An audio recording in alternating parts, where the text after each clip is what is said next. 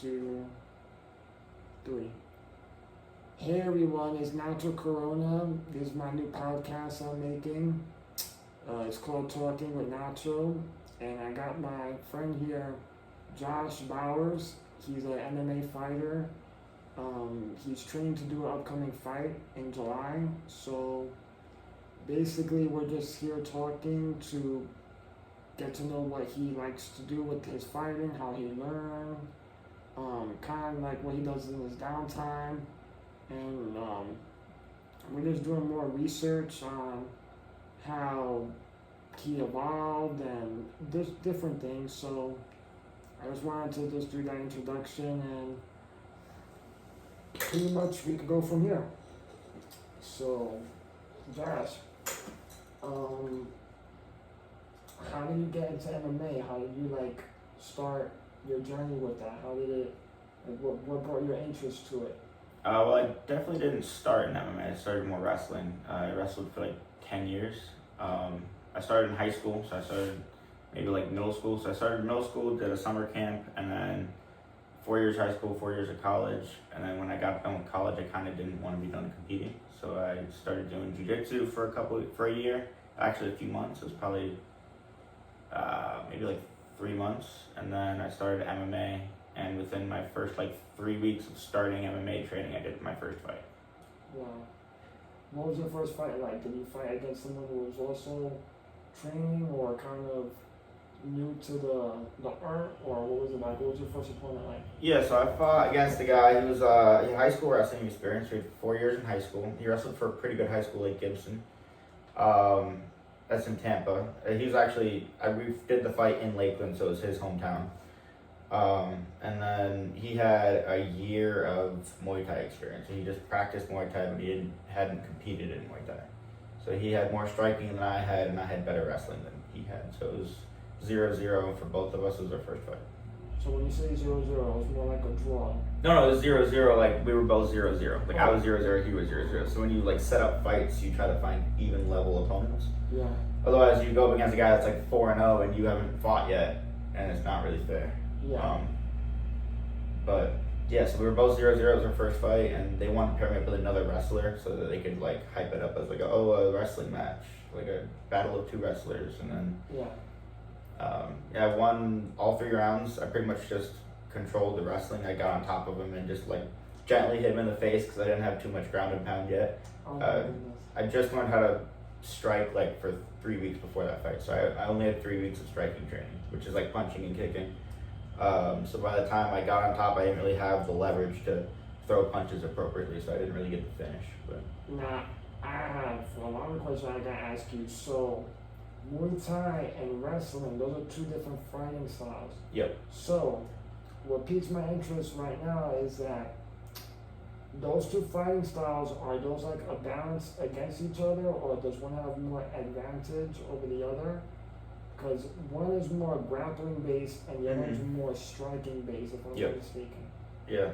So I think people generally consider wrestling as the base of martial arts.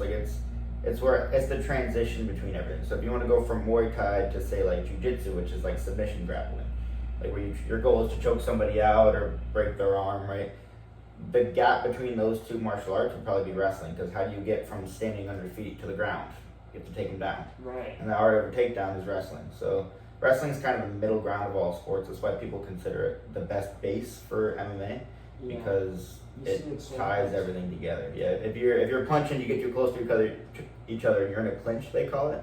We're punching each other, but we can't punch because we're too close, and we're grappling now on our feet.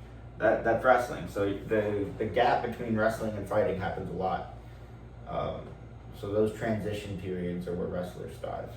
Now, you mentioned a word that I was very curious about, because I was doing a lot of research last night. So, when clinching occurs, is that when 2 fighters are grabbing each other while standing? So, clinching is more of a boxing or a Muay Thai thing, because clinching and wrestling you're not really standing straight up in wrestling. So, 2 guys are standing straight up in a fighting stance. Wrestling stance is more downward, so you're more you can touch the ground just by reaching out and not moving. Fighting stance is more just straight up, you're vertical. Okay. So when you're straight up and vertical and you're fighting somebody and you guys get too close because you're throwing punches, maybe you're both pushing into each other. You're too close to throw punches, so now we're grabbing each other, but we're still standing straight up. So you're not really in a wrestling position. They call it a clinch. Right. So like in Muay Thai, you can start throwing knees because you're too close to throw a kick. So in those situations where usually you're on a collar tie, we call it, where you're like grabbing the back of his neck, and then you're trying to land in your knees, and he's trying to land in his knees or catching elbows. Elbows and knees are really common in a clinch. Yes. And that would be when, if you knew Muay Thai, it could be to your advantage to get out of it or to attack during it. Right? Yes. Okay. And Muay Thai also does some like sweeps where like if you kick me and I catch your leg and I sweep you to the floor, I don't keep ground and pounding you, but I get points for that sweep. Like I knocked you on your butt in the clinch situation. And that's an advantage. So Muay Thai is very comfortable in clinches. So who determines what points are accumulating? Who determines that? For MMA, Yes. MMA doesn't necessarily have point scales. They have like a bunch of fight statistics. So like if I'm fighting and I get 3 takedowns, they'll put, okay, you got 3 takedowns. You had this much control time. Like I stayed on top of the guy for maybe like 3 minutes. So I got 3 takedowns and I held him down for 3 minutes while I was trying to work for a submission or working punches. They also take into account significant strikes. Yeah. So like if I hit you, however many times I hit you from a distance, that would be considered a significant strike. If we're clinching and I hit you, that's not a significant strike. Oh my goodness. So like they just take in all the punches and all the damage that's done and all the takedowns from grappling that's happened and equate who is the better fighter. It's kind of a judgment call with not super specific point scales. Now, another question that's coming to my mind is that while you yourself as the fighter are in this ring, Mm-hmm. are you thinking about points? Are you thinking about takedowns? Are you thinking about knockouts? What's going through your head? So I try not to get finish hungry because if you try to finish the guy really quickly, you extend yourself, you put yourself in bad positions. The rule of thumb I like with boxing, what I've been coached, is hit the guy more times than he hits you. If you hit the guy more times than he hits you, it's hard to lose. So the goal is to widen the gap with your opponent as much as possible. If you make it obvious that you won, you don't have to wait on a judgment call. Okay. And the wrestling quote for that would be like, don't let the ref make the decision. So like if you leave it up to the ref, he'll make a decision, you might not like it. You know what I'm saying? So try to make that fight more in your favor as much as possible. If you hit him more times than he hits you, you win the fight. So what you're teaching us right now, you got this knowledge by reading, fighting in the gym, or training from coaches. How do you accumulate this knowledge of the art? A lot of it is things I learned while competing. Because with wrestling, you get a lot of mat time, we call it, like competition time. A lot of it is from what my coaches have said in the corners, during practice, in tournaments. I like to keep quotes in my head of things that I've heard that I like, because they kind of guide you. When you're in a bad spot, you're like, what do I do? You remember a quote your coach said about, he hit me 3 times, okay, I gotta hit him 4. You know what I'm saying? Like, if something bad happens, remember the quotes, and then your coach is in your corner telling you those things, and then you remember it, and you know what the game plan is. Wow. So, What are, if you could name, let's do 2. You got any two quotes that come in handy? do I have 2 quotes that come in handy? Yeah. Keep in your head, 2 of them. I mean, what I just said was pretty good. One that always kind of sticks with me is more like training based. It's everyone's gonna have a bad day. I think in training there's a lot of highs and lows. Bad days are just bad days. Come back the next day. Right. That's pretty much it. And that's one that always sticks with me because you show up and you might get taken down by a guy that you've never been taken down by before in practice, and that really hurts. Like hurts your headspace. So you gotta clear your head, be okay giving up that takedown, come back the next day and try to do better. Because some days you're gonna feel bad and you're not gonna perform very well, and other days you're gonna perform really well. And your bad day might be somebody else's really good day, and it might just be a bad day for you, and you might lose that day. Yeah. So You can't always be 100%. You gotta just keep trying. yeah. Yeah. So, let's see. Another question I have is, okay, how many fighting styles have you studied, learned, or are still studying? So I got wrestling, that's my base.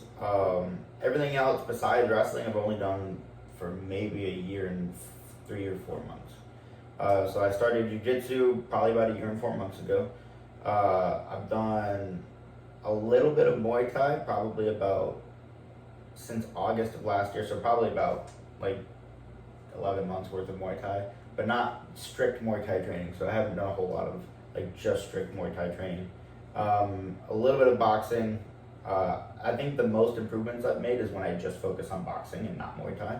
Because boxing is just your hands, Muay Thai is involving kicks.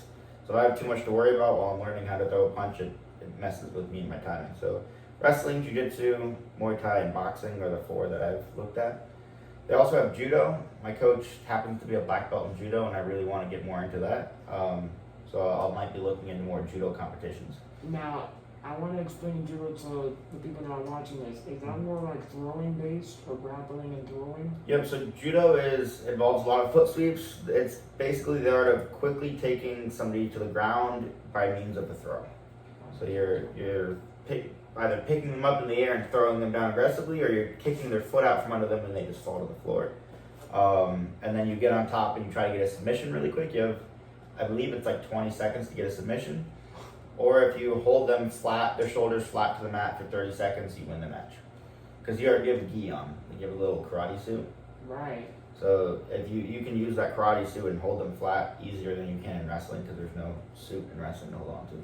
So judo, you can win by submission, more points, or pinning them for 30 seconds. Wow, that's really interesting. So you had to teach me something now. Yep. You said your coach in judo is a black belt. Mm-hmm. What are the belt grades from beginning to mastery? So I only know the jiu-jitsu belts. Every martial art, wrestling doesn't have belts, so it's kind of a new concept for me. Also, Muay Thai doesn't have belts, but I believe they have like bands. They were little bands on their deltoids. Yes. And that's like a big, like Muay Thai's got a really big suit thing. They wear those short shorts, and then they wear a band, and they usually have headbands when they walk out that they take off. Yeah. I don't fully understand all that stuff. All I know is jiu-jitsu because I've been doing it. Jiu-jitsu starts at a white belt, and it goes to blue, goes to purple, goes to brown, and then black. And then if you're a black belt for 20, I think it's 30 years, you can get a thing called a coral belt. But then you're like 60, so you're usually not competing, you're just teaching. Wow. No. So those different colors, they mean your level of skill, experience. So they're just time-based. I mean, it's technique and time-based. So how much technique you know and how much time you spent in sport, it doesn't have anything to do with your execution of that technique. So like, you don't have to go win a tournament to get a belt in jiu-jitsu. You don't even have to compete to get a belt in jiu-jitsu. You can just train. Okay, you've trained for 2 years. Yeah. You meet this curriculum. They call it curriculum, like you know all these moves. Can you prove to us that you know all these moves? Okay, you have your blue belt. Very backwards from what I grew up in, because what I grew up in, you don't get anything unless you win a tournament or place in a tournament high enough, and then you progress to the next step. So like high school wrestling, it's district, region, state. The goal is everyone wants to get to state. So to get to state, you're like a state qualifier, and that would be our version of like a blue belt or a purple belt or whatever. Wow. This is all so interesting. I love it. So let's see. I want to ask you one more question before we take a break.